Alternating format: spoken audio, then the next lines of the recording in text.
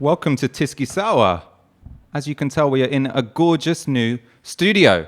Your £25,000, none of it went to waste. It has all 25k of it has been sort of sanding what was horrible plaster to give us this nice naked brick, bareback brick. What's it called? I think it's called exposed brick. Did Exposed you just call brick. It bareback Bareback, brick? or bare brick. It is bare brick, I suppose.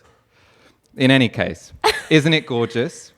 And I feel like, Ash, I just feel like when we're in such a nice space with these comfy chairs and this lovely background, a million miles away from the shipping container, the left just cannot lose.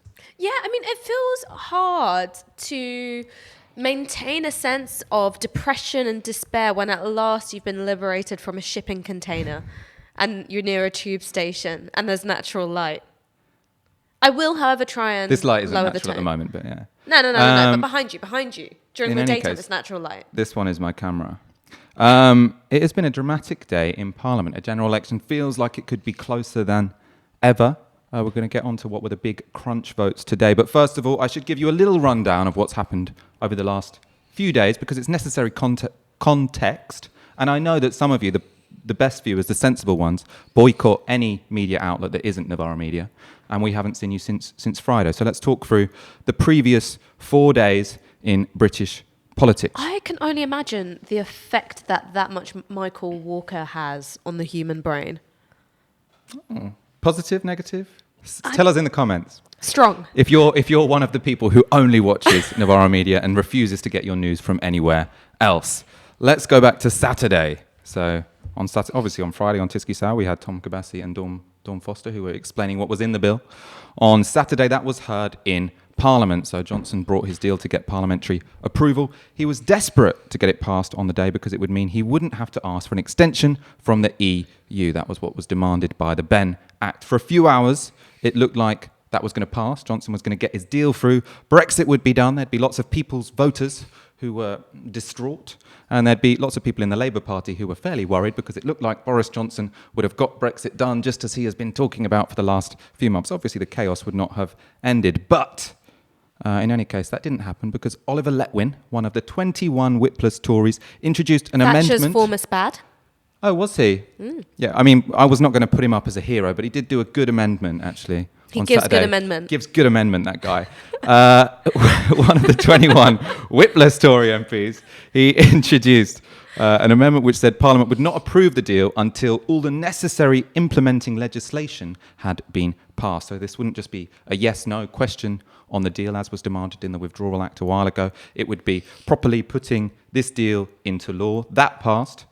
Boris Johnson was kind of pissed off. He accepted that was going to happen, went off in a huff, and he's brought back the Withdrawal Agreement Bill, or the WAB. We're going to call it the WAB on this episode because Withdrawal Agreement Bill is a bit of a mouthful. Absolutely fabulous. WABA-DABA-READIng-TWO. If any of you were... I assume you all read the titles, actually, before you tune in. Right. And watch the Flintstones. Those two things are necessary. WABA-DABA-READIng-TWO. That's not his accent remotely, is it? Okay. Anyway, is this all clear so far? Is this clear so far? I think so. Check in the comments if people are saying this is clear so far. I'll have a look. What happened yesterday was the government brought forward their programme motion. Now, what this meant is the speed at which they want the Withdrawal Agreement Bill, the WAB, to get through Parliament. They gave it 3 days. That raised a few eyebrows because normally a bill like this would take a few weeks or at least a few days. And they also published the bill itself. So last night what happened was many MPs, many journalists were trying to work out what was in these 100 pages and what MPs should either do to try and make it better or to try and stop it, etc., etc. 115 pages of bill, 122 pages of explanatory notes.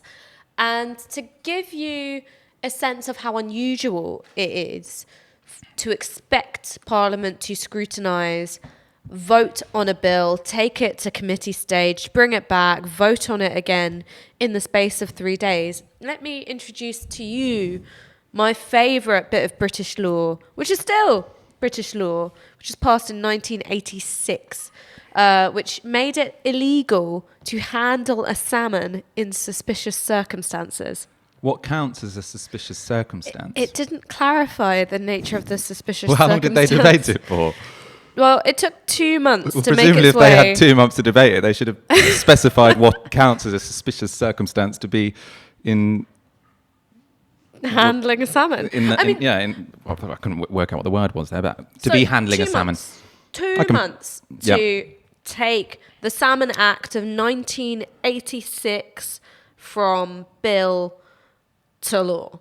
And what they wanted was 3 days through the Commons, and then I imagine a contracted time period in the Lords, and so you can get that tasty royal assent, nice and quick, all in time for October 31st, which is very unusual indeed. I like tasty royal assent. Okay, what happened today? So we've got the withdrawal agreement on the table, withdrawal agreement bill on the table. We've got the programme motion on the table, and today there was a second reading of the WAB, which means that MPs, if they vote for it, say in principle we do want to look at this, we want to have a chance to amend it, and the general shape of it we're happy with. And there was a second vote on the programme motion itself, so where MPs could either accept the 3-day timetable or could say, we reject it because we want a longer one. What happened just about an hour ago was that the government won on the first one. So on the second reading, the WAB passed. It passed by 30. On the second one, the government lost. So on the timetabling motion, on the programme motion, the government were defeated by 14. That means Parliament will not, over the next 2 days, which it would have been, be putting the WAB bill through the Commons and looking at amendments to it because the MPs, rightly in my view, decided that was just way too quick. At that point, because Boris Johnson had been briefing all day that if the MPs reject his motions or his programme motion, he will call a general election because he'll just pause this, not pause this process, he'll yank the bill because he'll say this is disgraceful, we've been waiting too long, let's have a general election. He didn't actually, so he stood up after he lost that one and he said, okay, we're going to pause it, let's take a break. He might come back tomorrow and demand a general election, or he might come back with a more reasonable timetable, and we'll see which amendments pass. Ash, it was a roller coaster, right, today? Honestly, I've not experienced such a maelstrom of emotion since my dad left. I need to stop making those jokes.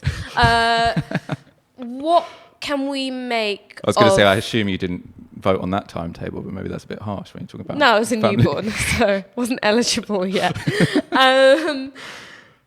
What can we make of today? I think a few things. One is that political journalists are still way too credulous of these anonymous sources that they get from Number 10. And I'm not a betting woman, mostly because I don't understand how to work out odds. I find that confusing.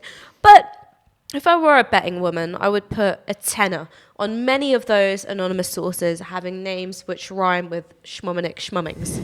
I think there's a real problem with political stenography at the moment, where lobby journalists enjoy the feeling that access to power gives them so much that they lose sight of their job, which is to find out which things are true and which things are bullshit, and print the things which are true rather than uncritically reproducing the government's framing.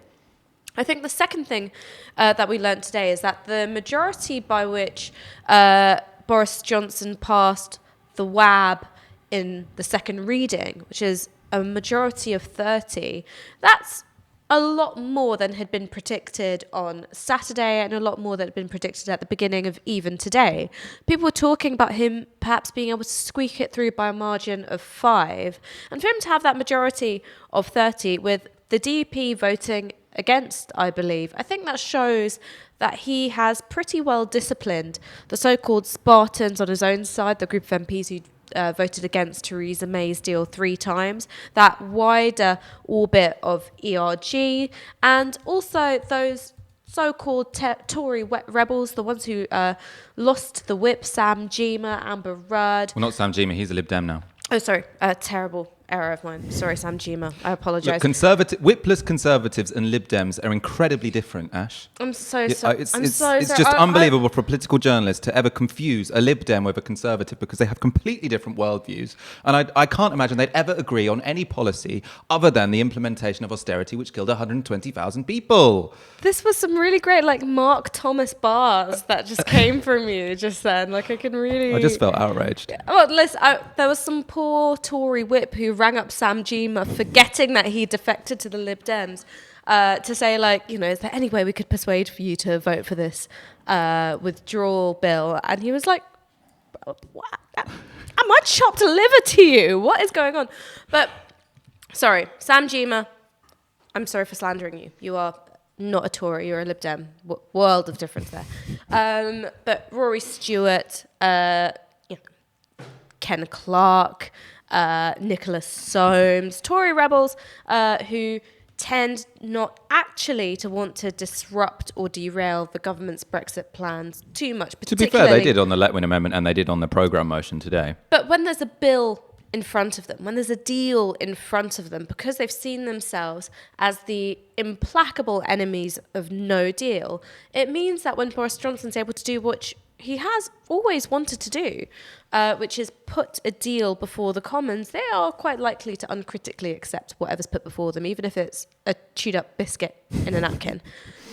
So that is a comfortable margin for I just want to Boris debate Johnson. the chewed up biscuit napkin for a little bit longer. Yeah. While ultimately voting for it, potentially. Yeah, I mean, Ken Clarke might vote for some of the amendments. That's going to be significant, right? So what you're talking about there is a second reading. So the second reading passed by 30. There were 19 Labour MPs who voted for the WAB on the second reading. But importantly, it doesn't necessarily mean that much that one passed, because there are people like Lisa Nandy who've said, look, I'm voting for it on the second reading because I want us to debate a Withdrawal Agreement Bill, but because, you know, she's still committed to Brexit, she's opposed to a people's vote, fair enough position.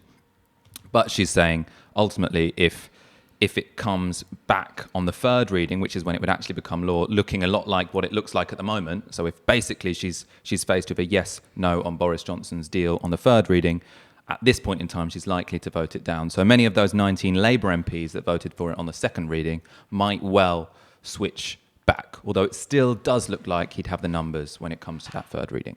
Well, who's unlikely to switch back? You've got people like Caroline Flint, who would rather boil her own head than vote in line with a Jeremy Corbyn imposed whip.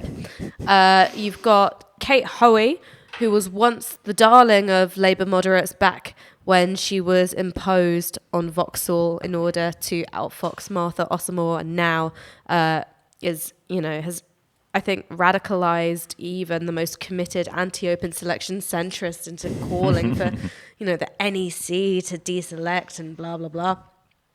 You've also got John Mann, who has sort of quite famously and consistently, cut his own path through Parliament and tended to vote in line with, whatever his belly button's saying to him today, rather than what democratically agreed party policy is. So I think this idea that it could all fall apart at a third reading for Boris Johnson, if the deal somehow makes it through the Commons unamended, I think is for the birds. I think that if an unamended bill is put before the Commons again at a third reading, it will pass. However, the bill is in legislative limbo. Yeah. It has made it through the second reading. Because the programme motion didn't go through, it means that it can't then be taken to committee stage and a third reading unless the government introduces a new programme motion. Yeah. So the government if the government are going to behave in a sort of normal fashion, they have a very obvious thing to do, which is come back tomorrow with a more reasonable programme motion, which says that MPs can actually have 2 weeks to debate the Withdrawal Agreement Bill, which would be much more reasonable. Obviously, you'd have to get a 2-week extension from the European Union. But apart from the desire of Boris Johnson to keep his somewhat arbitrary word, which he's been repeating day after day after day for the last 3 months, that would be fine. That'd probably be in the national interest. But it doesn't look like they're going to do that, or at least we don't know when they're going to do that. The big votes will be when that does happen. Will any amendments pass? Actually, and before that, I should say, potentially it won't come back, and he will stand on the steps of Downing Street tomorrow and call for a general election. Because even though it looked like he took a step back today and said, well, he didn't call for the general election we thought he might do, there is an idea that potentially he'll do that tomorrow, at prime time. Do you think that's possible, and what should Labour do if that happens? Well, the problem for Labour is that they've become more and more timid by the day on this issue of whether or not they want a general election. And I think that's because in some ways they've tried to be a bit too clever for their own good when it comes to strategizing the perfect time for a general election. The answer, if you're in opposition, I think, is always now. There is never going to be a time where all of the planets are in alignment for you. And actually, at times where various political leaders have felt all the planets and the pollsters are in line for them, things tend to go wrong. Look what happened to Theresa May. The problem for Labour is that they'd been saying general election now. They were given the opportunity. They said general election after we pass this amendment, which takes no deal off the table. After they pass the Benn Act, or after the Benn Act gets royal assent, is what they said. And then after that happens, it's, well, no deal isn't completely off the table. We'll either have to have a deal or some kind of tightening of the legislation, or the legislation locked down and secured after the 19th of October, and then we'll go for it. Well, they wanted the extension to have been requested. To have been requested. Which it was requested on Saturday. Accepted. Although it was requested, it hasn't been accepted. Yeah, so now they can say we're waiting for it to be accepted. And to be honest, even though I do think that there is a strong argument for them going for a general election now, if they want to go for the argument, which is we want no deal completely off the table before we go for it, the fact that Boris Johnson's people are briefing that he is currently that they were briefing today that he was calling up Brussels saying, do not give me an extension, then if Labour are still under the impression, or putting out the message at least, that the reason they don't want a general election is because no deal isn't off the table, Boris Johnson, to be fair, is giving them every reason in the world to continue holding that line. So on that count, they do have... Well, let's talk about the big fundamental question, which Labour is unable to meet with a yes or no answer, which is, do you want Brexit or now? And I'm saying this because I think one of the things that's really good for thinking strategically is looking at something through the most uncharitable eyes possible. And when you put that very simple question to the Labour leadership, and it's, well, we want a Brexit deal in these circumstances, but ultimately it is not for us to want, it is for the people to want, and therefore blah, blah, blah. But it's the people is a strong line when you're trying to, smash through a parliamentary impasse when there's no deal on the horizon and you need the people to come in and sort out this mess once and for all. But in a situation like this, where there are very good reasons to vote against the WAB, and yes, there are very, very good reasons to vote against the programme motion, but ultimately those are not reasons which are pithy when you try and articulate them. They don't tend to sit well within a clear, compelling, and let's face it, I think, honest, overarching political story. It becomes really hard to justify Labour strategy in the eyes of the public, and I think that that's the problem, and that's the cause of the increasing timidity we see from the leadership on a general election. Because you put it to the leadership, should we have a general election now? And it's a bit like, no. It's like, okay, well, what about in spring after Brexit's sorted and Boris Johnson gets his deal? Well, also no. And we're getting a lot of no's on the one thing that the opposition is supposed to always want. I mean, there is a difficulty one, I think that the Labour Party are nervous about a general election because they're not sure how it will go.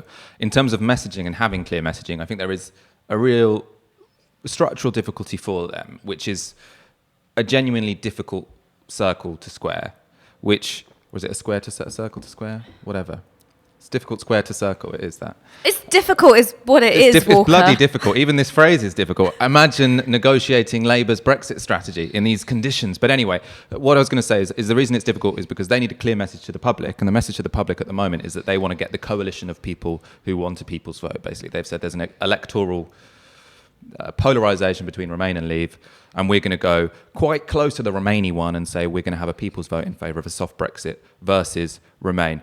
The problem for them is that for them to kill Boris Johnson's deal, which is the only way you can get a people's vote, of course, they have to convince people like Lisa Nandy that by voting for, say, a customs union amendment. So if we don't have a general election now, what's going to happen is Boris Johnson will bring the Withdrawal Agreement Bill back to Parliament. They'll have more time to debate it, and there'll be some very significant amendments which get put to that.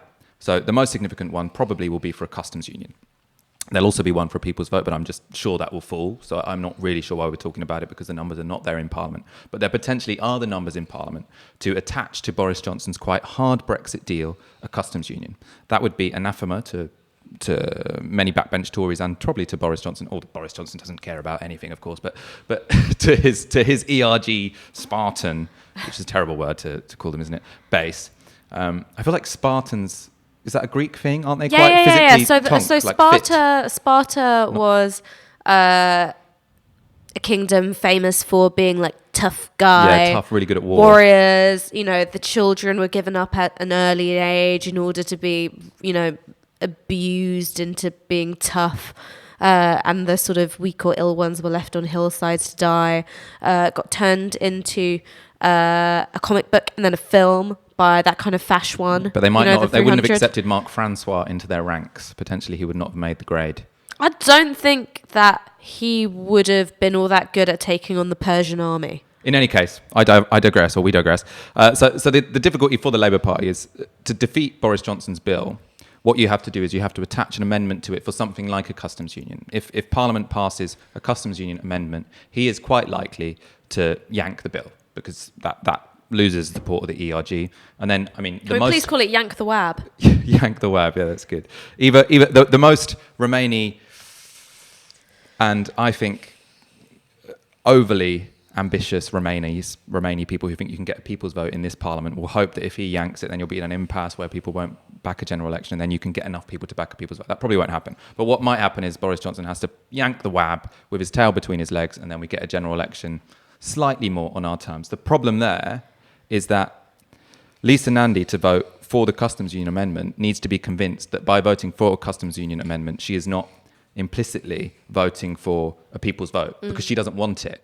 So whereas what Labour Party should be doing to speak to their electorate worried about, competition from the Lib Dems is saying like, ignore all this nonsense in the Houses of Parliament. We know it's incredibly boring. We know you're bored of it, the public. The Labour Party have a specific policy which you can understand, which is that what we want is to put it back to the people, because put it to the people is difficult because obviously it was already put to them once, put it back to the people with a soft Brexit versus Remain.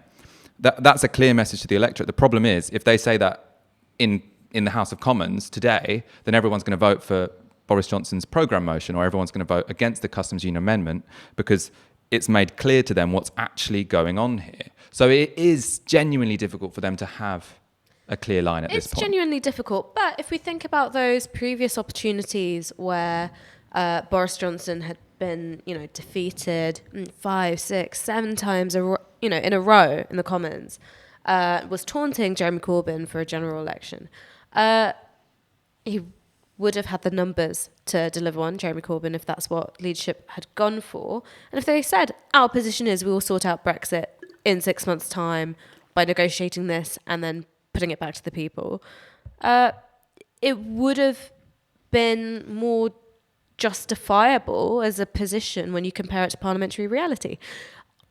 I'm saying this because I think that it's possible, and it's more than that, it's necessary for the Labour Party to start messaging what it's doing in a way that's much clearer, in a way which sort of points to the big picture of what its objectives are, in a way that includes and does not skip over Brexit. How would you do that? What should they be saying? I think that at the moment, the issue is that there are lots of good reasons individually to do each procedural thing, but they're not linked up. So when you go, well, how does this stop no deal again? Or how does this take us closer towards a return to the electorate? It's kind of a bit like shrugging emoji. So I think there needs to be actually a sort of, even it's just a strategy doc that you send to all of your MPs. No, but what's in it? So what is the overarching narrative? And you connect these things together. And you actually connect these things together. You do things deliberately which take you back to that return to the electorate. Oh, the return to the electorate line. You think that's the organising principle that's going to work? I think it has to be.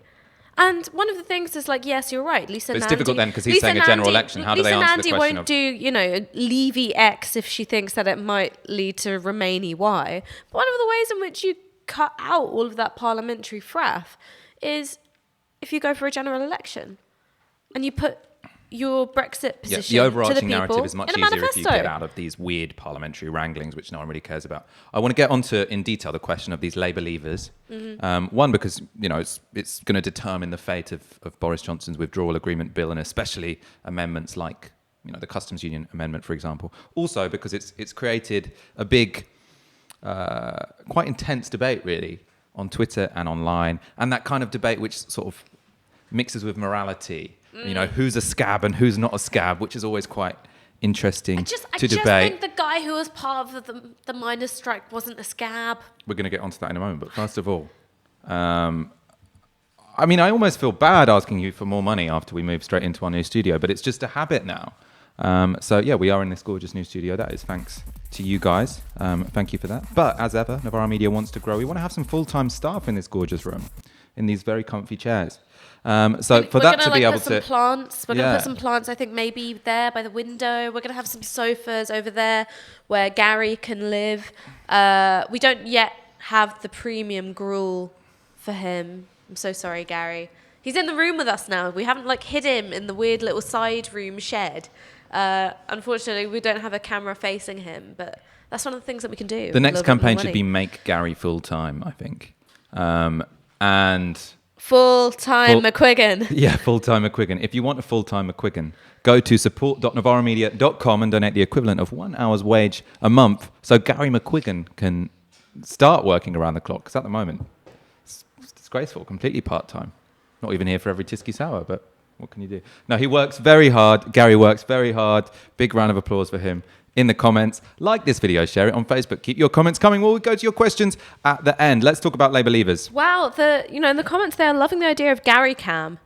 Yeah, I think we should get Gary Cam and Gary Mike, as in microphone. not a small me to keep him company while Tisky Sour is live.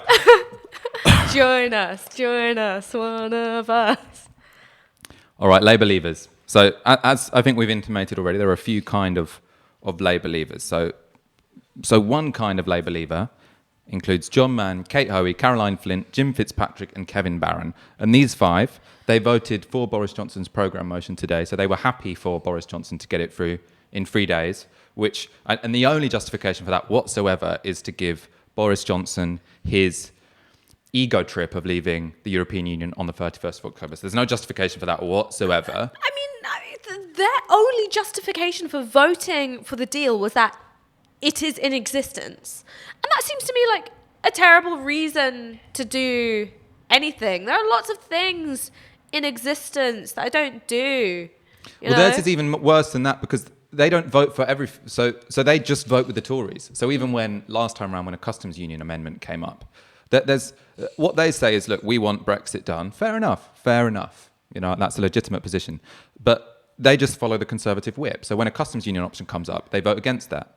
But obviously staying in a customs union is still Brexit. And that's exactly the kind of Brexit that the Labour movement now are moving towards Remain. But their priority, the trade union's priority, was to stay in a customs union because it's if we leave the customs union that we end up negotiating bargain basement trade deals with the United States where Donald Trump can get his hands on the NHS and where we really get into a race to the bottom, low tax, low regulation economy. Not the kind of thing we want. Also, the idea of having a customs union is that in order to pursue these wonderful, fancy, schmancy trade agreements with far-flung locations like the United States or like Canada or New Zealand, that you shouldn't have to erect trade barriers to your closest neighbours, the EU, or within your own country, like between Northern Ireland and the mainland. But the thing about Jim Fitzpatrick that I found particularly galling today, it really did genuinely piss me off, is that he was on Victoria Derbyshire and he was talking about voting for the deal, and he was asked a very simple question,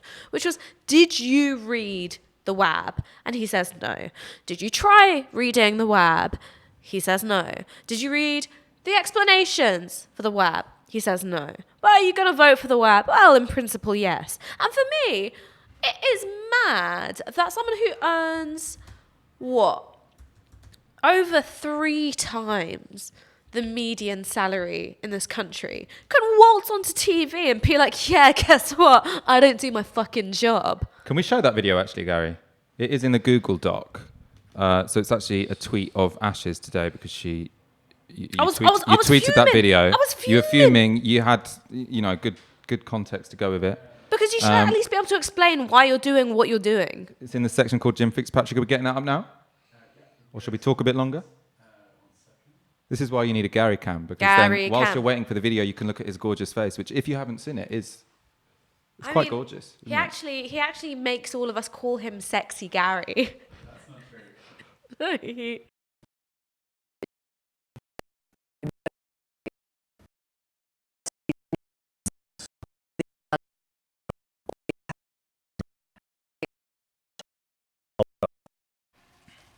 Oh, sorry, you caught me blowing my nose. It's terrible. Wait, so did the video? What's going on? Did you see the video? Wide shot. We're back on the wide shot. Tell me in the comments if you saw the video. Or are we back? No, the sound is weird. Oh. Carry on. All right, ignore this video. We're in a new studio. We're going to get the tech up to scratch very soon, and all the clips will work.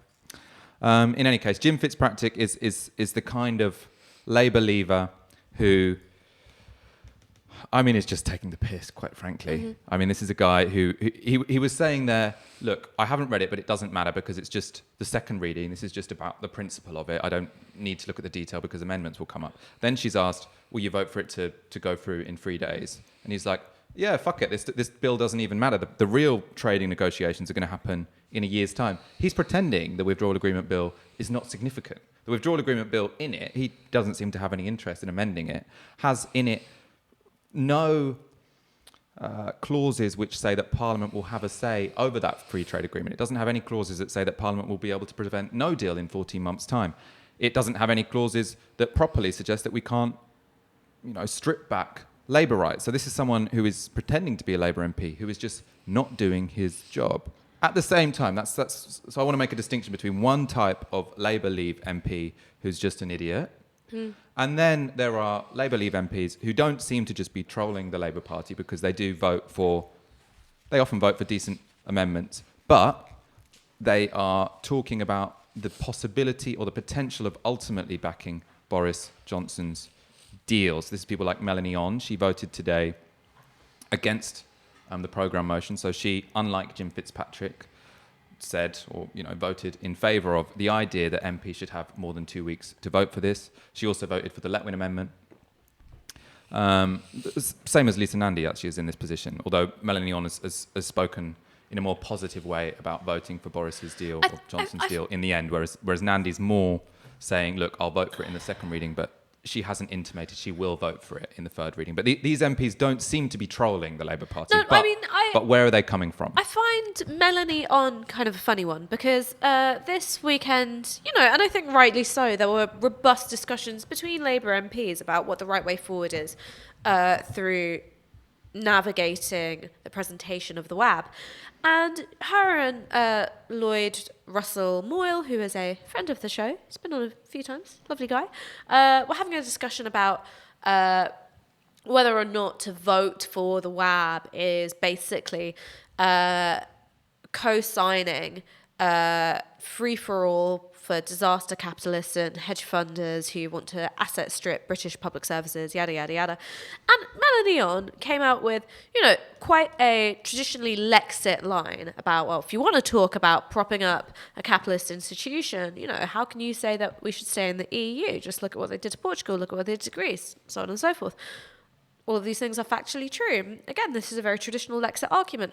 But it was very strange for me to hear that Lexit argument coming from someone who campaigned to be an MEP, before she became an MP, and campaigned for Remain in 2016. So, everyone in UKIP campaigned to be an MEP at some point, didn't they? Yeah, but they didn't campaign to Remain in 2016. So, opportunistic Lexit arguments are always a bit strange. And that's the thing, is that make the argument based on the real reasons why you're doing what you're doing, or tell us a bit about the political journey that you've been on. What I found more compelling about Lisa Nandy, because she did write that Labour List article which she set out her reasons for voting at the second reading today. I disagree with some of them. I disagree with some of the ways in which herself and some others have taken these commitments or workers' rights to be cast iron guarantees. But She hasn't necessarily done that, to be but fair. genuinely thoughtful, reasoned, and talked about her support at third reading being conditional on various things. We'll see how conditional that support really is. If when it comes to crunch time, she'll decide, no, what I need to do is to represent the views of my, mostly Leave voting constituency, and if so, I'll defy the whip in order to do that.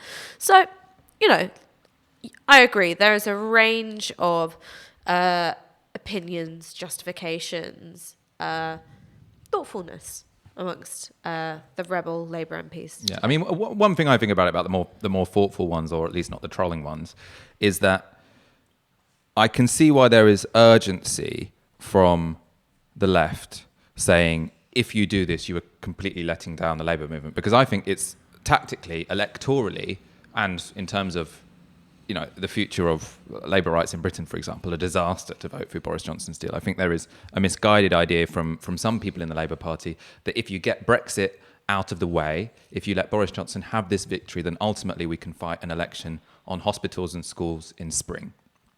Now, to me, that doesn't seem like a particularly plausible idea, because for one, these MPs who happen to be in Labour Leave seats, I don't think they're going to get electorally rewarded for letting through Boris Johnson's deal, because they are, one, not going to have ownership of it, and two, they're going to be hated by Remainers. And many, even in Leave seats, there are many people who voted Remain. These people are going to be hated by Remainers because they let through Boris Johnson's Brexit deal. And the whole of the Labour Party is going to get blamed for that as well. And they're also going to be hated for Leavers because they're part of the Labour Party, which is interpreted by most people as a Remainish party. It's not quite Remainy enough for many Remainers. Remainist. But it's definitely not Remain a Leave. tinged. It's a Remain. It's got a Remain tinge, hasn't it? So I don't think they're going to get Got a bit of a electorally Remain rewarded tinge. for this. But the one reason why I do think maybe shouting scab at them is a bit inappropriate is, and I was thinking about this in terms of, I think tactically and strategically it's the wrong thing to do. But if I imagine being in one of those constituencies and being a Labour MP looking ahead towards, because if Labour win a general election, which is what every Labour MP should want, before Brexit happens, there will be a second referendum and Remain will be on the ballot. And if I, was an MP in Stoke or Wigan, I would be absolutely dreading that 3 months. The 3 months of that, referendum will be awful. You'll just be getting so much abuse. It will be horrible. I mean, you probably feel under, quite a lot of personal threats. It's not just a political issue. And then I think about those 3 months if you're, say, Emily Thornberry or even Lloyd Russell Moore, someone who's in a Remain area where that is going to be the best 3 weeks or the best 3 months of their life, because they're going to be knocking on all of these doors and they've had people who've been moaning at them for the last 2 years. Like, why aren't you standing up for a people's vote? Why isn't Labour and they can be there this time around with a fucking blue T-shirt with the yellow stars on it. Emily gets her beret out. Emily gets her beret out and she's saying look, we're finally the party of Remain. It's the time of their fucking lives. And if you think about what Melanie On's 3 months are going to be like, that is going to be fucking miserable. And I would be a bit scared of that if I was her. So even though I think it's tactically and strategically stupid, incredibly damaging for the Labour Party to vote for Boris Johnson's deal, incredibly damaging for the Labour movement, I would not want to be in the position of an MP in a Leave seat where lots of people are completely, and probably a majority of people are completely outraged at the thought of having a second referendum after we had a vote 3 years ago with the result not being implemented. I mean, so I think it depends how you frame that question of a second referendum, right? If the second referendum is merely a repeat of referendum 1, then obviously it's a grave insult. If the second referendum is actually, here's the concrete thing that's been negotiated in your name. Do you want it? If not, it's a little bit leave it. That's a different question entirely. And I think it depends entirely on where a second referendum comes after a series of political conflicts, both within Parliament, between a negotiating team and the EU. I think that when it comes to, this business of calling people scabs and so on and so forth, is that I think that it's unjustifiable for an MP such as, Caroline Flint or, anyone else who has said, we have extracted a guarantee from Boris Johnson on workers' rights, to act like they believe this horse shit. Because it is horseshit. Boris Johnson in the Commons today stood up, and every time he was asked, will you commit to X on workers' rights? Will you commit to Y on environmental standards? He went, yes, yes, yes. And people went, oh.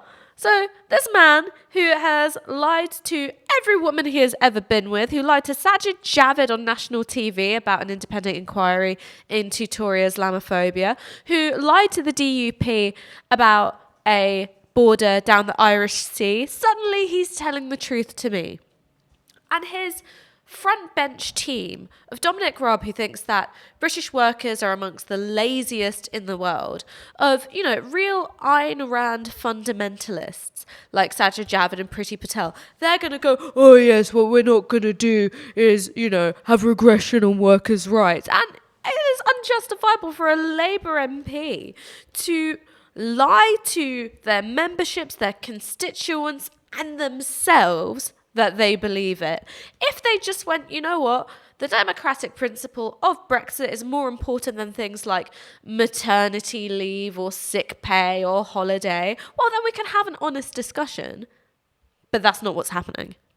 Andy Hodchild asked an interesting question. Do you think Leavers are more likely to be violent? And the reason I say it's an interesting question because obviously the vast majority, very few people are politically violent. It's a tiny, tiny minority of people, like 0.5%, maybe less than that. So 99.5% of people, whether they voted Leave or Remain, are not violent.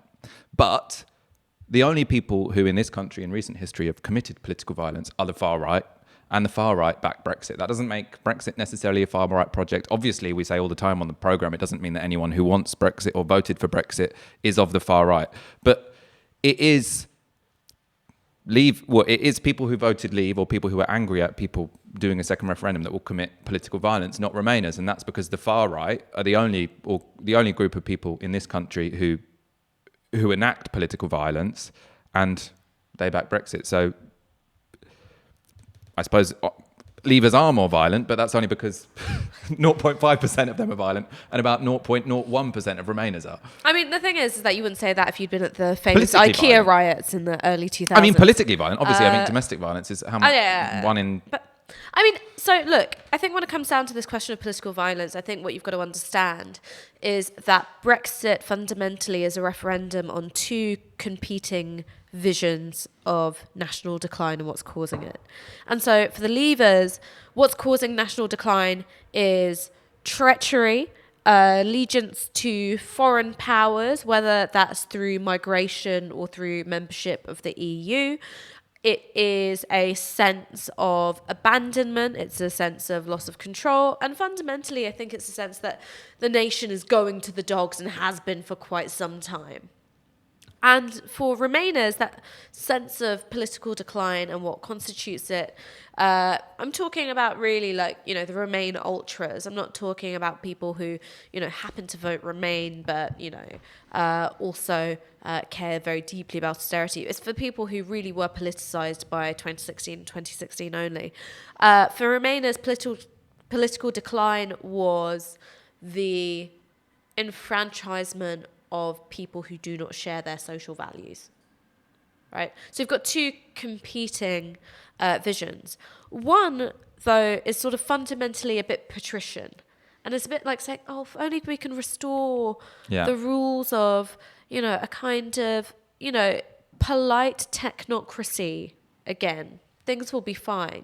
Why do you have to participate in political decision making when instead, you have Love Island, don't you? Isn't that enough for you kind of people? You've got that kind of view, and then you've got one which is sort of like, well, actually, we feel quite strongly that the nation is going to the dogs because of people like you living in it, and the social fabric needs to be torn up and remade again.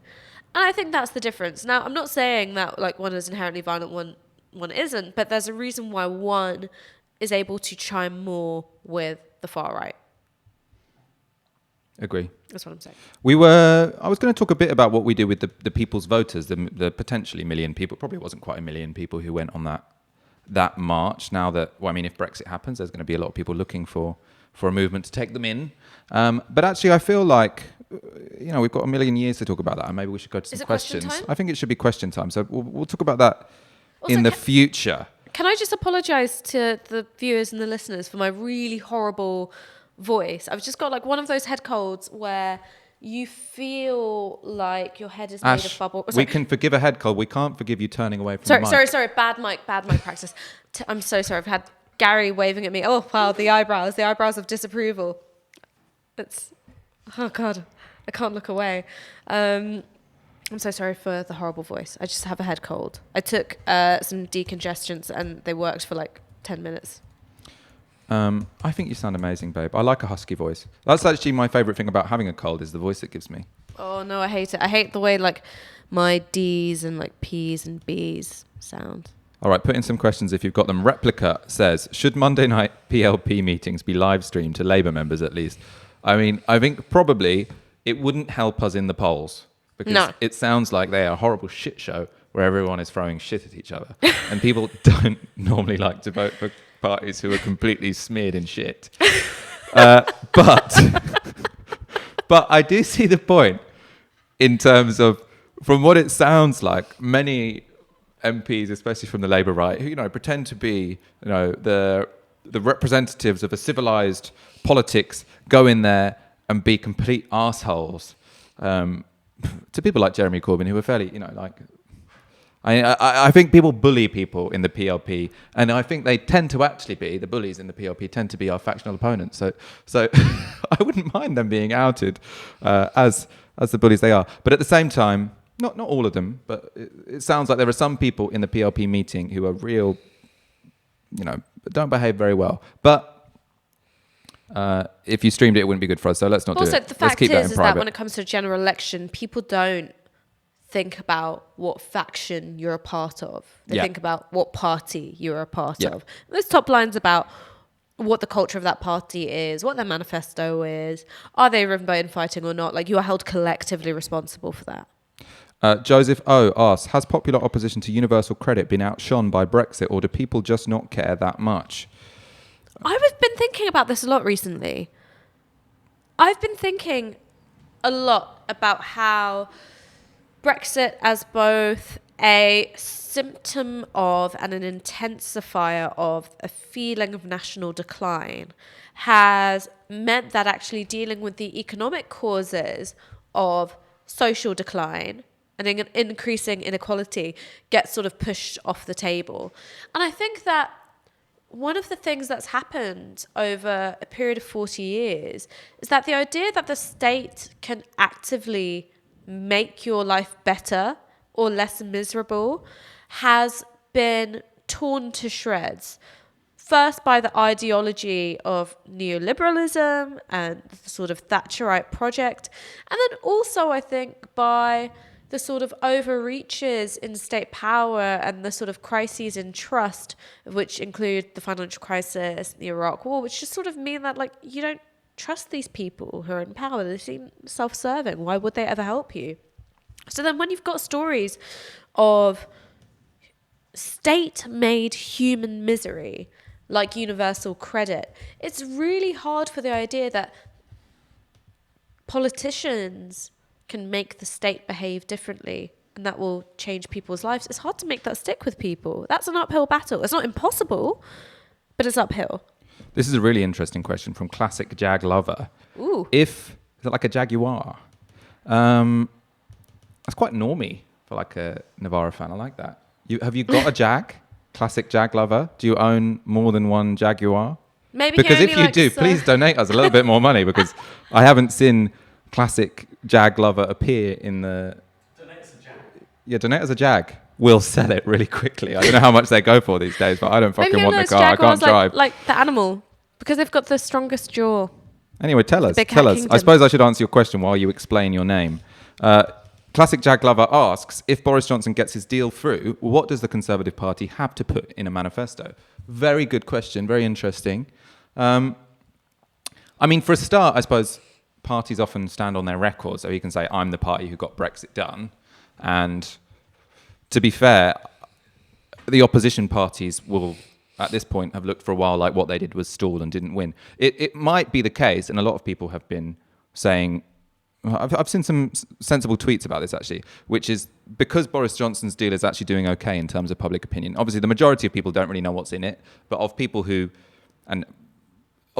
have formed an opinion of it, I'm sure not many people have read it, fair enough. Of people who have formed an opinion on it, it is a majority are in support of it, which is very different to Theresa May's deal. And that is why, some Labour MPs are thinking about voting for it. And a sensible point has been made, which is that a popular decision won't be popular forever.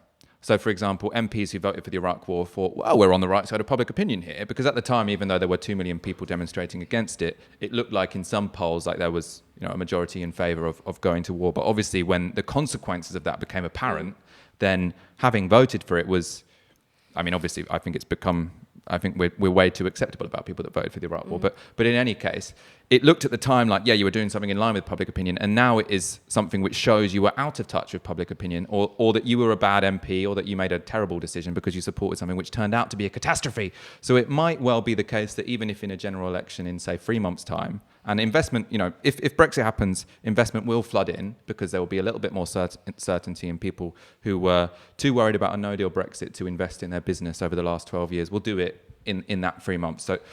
So there will be a poll bounce probably for Boris Johnson if Brexit happens, but that might be short-lived. And also just the story of, I've defied the impossible. Yeah, you said exactly. I couldn't get a deal, I got a deal. And that's their line. That's what all of their front bench are going out saying. I think we need to, you said he couldn't get rid of the backstop, he got rid of the backstop. You said he couldn't get a deal, Labour had that he level got a of deal. message discipline? Oh my God. Yeah, it's impressive, isn't it? Yeah. But the reason they do have all that message discipline is because Boris Johnson, whilst he tries to claim he is anti-establishment, actually does not threaten anyone's interests whatsoever. Jeremy Corbyn does, which is why there is no message discipline in an establishment party like the Labour Party, because many people within it do not want someone who challenges vested interests to become Prime Minister. Very different to the Conservatives. But in any case, he just removed the whip from people. Boris Johnson, yeah, better at discipline. He just removed the whip from people. Yeah. In any case, in the next Tory manifesto, they might not need to say much because they'll run on the fact that they got Brexit done and there's been a very small economic burst of investment. Obviously they'll talk about a bit more money in the NHS and a bit more money for the police. That's more about not falling into the same traps that Theresa May fell into, which was saying, you're going to have to get used to a really miserable life, and I'm going to tax your house when you get ill, because she was so confident she was going to win a general election that she thought medicine. she could tell people like, your life's going to be shit, but vote for me anyway. And that's not going to be the message from Boris Johnson. But there isn't going to be a coherent position coming from him. It's going to be watered down red Toryism. Exactly. It depends, because it's going to be quite socially authoritarian, potentially, in any case. But there might be trouble for them down the line when the consequences of this Brexit deal comes into view. Let's take one last question. We want to finish at 9:30 tonight, because I don't want to keep you too late, because you need to get rid of that husky sound. Also, I'm getting up at 4:30 tomorrow. Oh, yeah. You've got to hang out with Julia Hartley-Brewer. I've got 3 hours of Julia Hartley-Brewer. Why do you do this to yourself? It's kind of, I know I don't, people will say, what's the point in going on and debating someone who's so right-wing? And maybe there's not much point, but I love having arguments with right-wing people. And I also like because you're there for 2.5 hours, so you're just sort of like cutting in and you can be quite catty. I find it enjoyable in any case. It's good to, one reason why I'm often against the idea where it says, what do you have to gain by debating a right-winger? Because they'll get... Actually, I think it's good practice for the left, because if the left say, we're not going to debate people because they're, out of bounds politically and we don't want to, boost their platform. Also, I'm not boosting Julia Hartley-Brewer's platform. Her platform's much bigger than mine already. But at the same time, I worry that if people... lots of what she says has popular appeal. And unless you practice arguing with someone who represents a real life position in society, which to me is wrong, and to me is mainly defending establishment interests, pretending to be populist and pretending to be for the masses. But in any case, people agree with that, and unless you practice arguing against that, you're not going to be very good at arguing against that on the doorstep. I also think, and this is the thing about Julia Hartley-Brewer, I think, as an individual, is that she is she's campy and evil, and she's got a real sense of how she constructs herself as a brand and as the sort of vehicle for this brand. So her Greta Thunberg tweets is that she knows exactly what she's doing. I saw her roll up to the New Statesman Party conference just gone, one before, wearing a bright fuchsia coat and a tote bag which said, "Brexit is my bag." And she like sort of came in, whirled around, and kind of like trilled a bit like Anne Margaret. And so I kind of think that, like, you know, one of the things that I find fascinating about people like Julia Hartley-Brewer, like Piers Morgan, actually, who've been trying to be sort of solo exporters of a Fox News ethos in a very different kind of broadcasting landscape, is how they've had to fully commit in terms of their personalities and the performance of those personalities. It's like Daniel Day-Lewis if he was shilling for the Koch brothers, you know? There are lots of questions. Let's actually do this because I think we got distracted before asking the final question. We're going to do this super quick so that you can get out very soon after 9:30. Why are Labour not doing particularly well in the polls at the moment? Okay, so why are Labour not doing particularly well in the polls? Well, one is a lack of party discipline, a lack of message discipline. Both those things tend to change a bit when it comes to general election time. Another reason is that it's dominated by Brexit at the moment. So the areas where there is party consensus on economic issues and lots of social issues and green issues, they have not had either an airing in the press, and they certainly haven't been opportunities for the PLP to go out and outright on those issues. I think you've also got a problem, which is I don't think that there is enough of stress testing week by week in terms of how the Labour Party leadership assess what they're doing and adjust week by week. And there have been these times where it's very clear how the position is going to shift. And we all know, for instance, that Labour are going to come out much more firmly in favour of a second referendum. And it doesn't happen. And when it does happen, it's much later than anticipated. The fighting has been public, it's been messy, and the political situation that it's responding to has also changed. So you end up magically with all of the drawbacks and none of the benefits of the thing that was always going to happen anyway. And that is an outgrowth of trying to achieve politics by consensus, which is something which I do genuinely believe in. But you've got to couple consensus with decisiveness and ability to implement from the top sometimes. Good answer. I've got news that actually we've got Gary Cam set up. So Gary Cam! I'm going to tell you what we've got on tomorrow, and then he's going to do the sign-off, I think. Can you speak as well on Gary Cam?